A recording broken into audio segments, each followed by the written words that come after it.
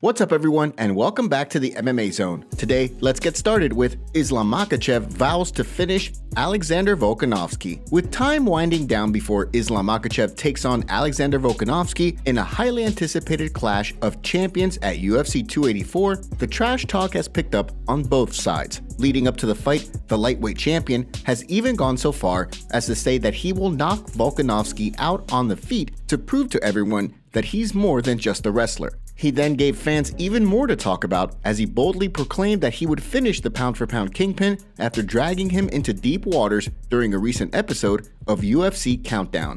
Volkanovski, we're gonna make him tired, bring him to the deep ocean and finish him there.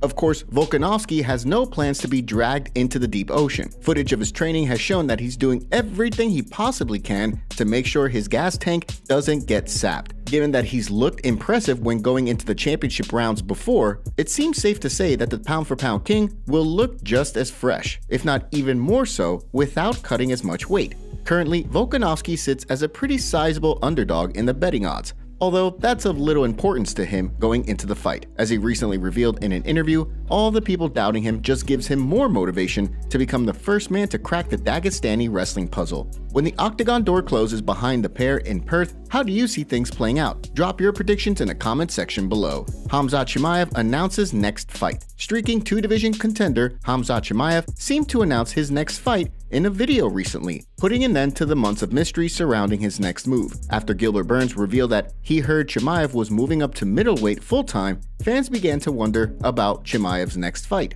Now, it sounds as though the undefeated contender will square off with Robert Whittaker in what could very well be a #1 contender fight. I think I will fight Robert Whittaker. He's got no opponent. Paulo Costa ran away after talking that much about me and Robert.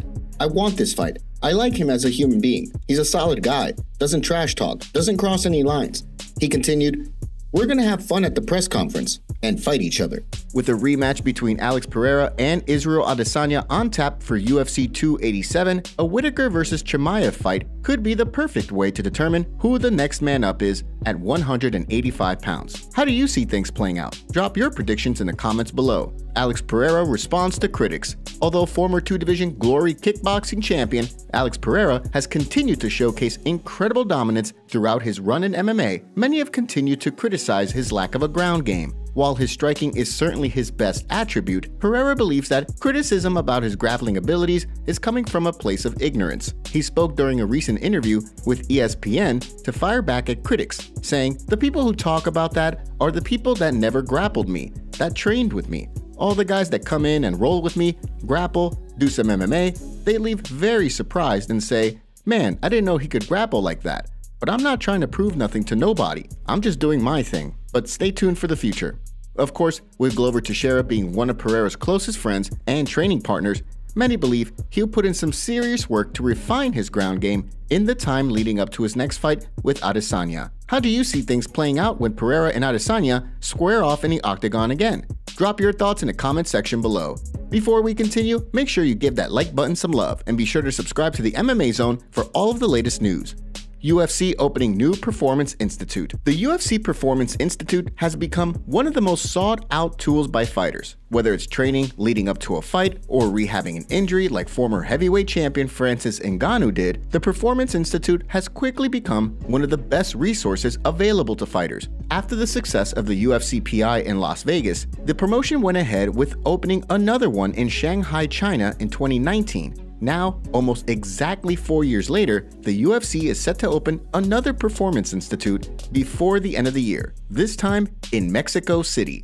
UFC President Dana White released a statement on the new Performance Institute, saying, "Some of the greatest athletes in combat sports history have come from Mexico. Our teams at the PI are the best in the world at what they do, and we know that by making the resources and training available in the country, Mexico can become one of the greatest sources of MMA talent in the world. This is a massive opportunity for the sport of MMA and for athletes throughout Latin America." With more than 20% of the UFC's entire roster consisting of Latin American fighters, the new PI is sure to be a huge hit among the roster. Big John McCarthy reacts to Conor McGregor vs Michael Chandler. Famed referee and analyst Big John McCarthy is never one to hold his tongue.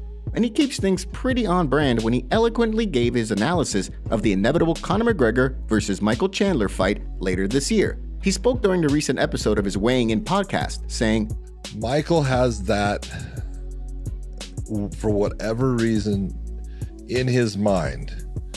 It's more important to be exciting than it is to win. And in this fight right here, it's the dumbest idea ever.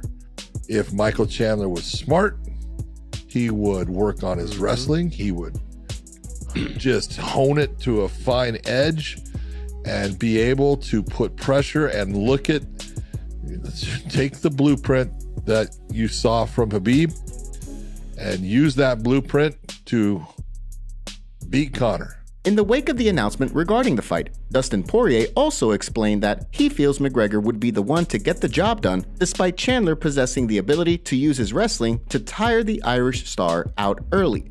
How do you see the fight playing out? Drop your predictions in the comments section below. Jon Jones talks UFC return, first fight with Ciryl Gane, with former pound-for-pound kingpin Jon Jones set to return to the octagon at UFC 285. The fight community has continued to weigh in on how his first fight back will go and what the future may hold for him. Ahead of his fight with Ciryl Gane, Jones spoke about his new contract and his plans after dispatching of the former interim champion. He spoke during a recent Twitter Spaces to reveal his goals, suggesting that he plans to fight 2 to 3 times depending on how things go. I've got my sights on Stipe Miocic. I think it just means the most. There's a lot of guys out there, but for me personally, for my legacy, to defeat the greatest heavyweight of all time, it just means the most to me.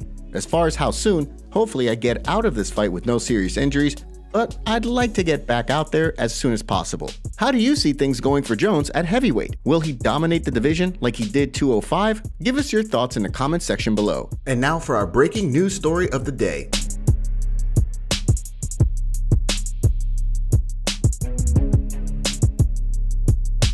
Dana White says Jiri Prochazka gets immediate title shot upon return. Former UFC light heavyweight champion Jiri Prochazka continues to work through rehab for his shoulder after being forced out of his UFC 282 rematch with Glover Teixeira at the last minute. After finding out that he would need major reconstructive surgery, Prochazka voluntarily relinquished the light heavyweight title in a move that earned him plenty of respect from his peers and UFC president Dana White. After Jamal Hill defeated Glover Teixeira to claim the vacant title in Rio de Janeiro, Prochazka was quick to post a video message to Hill, teasing his return. With the recently crowned champion more than willing to welcome a fight with the Czech samurai, a showdown seems almost inevitable should Hill remain atop the division when Prochazka returns. While initial reports were that he would be sidelined for over a year, Prochazka has maintained that he thinks he will only need 6 months to recover. The way Dana White sees things, the more time he takes, the better. He spoke at the post-fight press conference following Sergey Spivak's win over Derek Lewis, saying, I'm not pushing him to return. I want him to take as much time as he needs, and I don't want him to push that shoulder. I don't want him to feel like there's a timeline where we need him back. The timeline is as soon as he's 100% healthy. I do not want him to rush or push it. So far, no word yet on when Hill will be back in the octagon. While he waits for Prochazka to return to action, he has welcomed the fight with Magomed Ankalaev following his draw with Jan Blachowicz to close out 2022. If Hill and Prochazka ever do match up, how do you see things playing out? Give us your predictions for this fight in the comments section down below. Today's video was packed with some juicy stories from the fight world. What are your thoughts about what's going on in MMA? Don't forget to smash this like button and subscribe to the MMA Zone for more videos just like this. See you next time.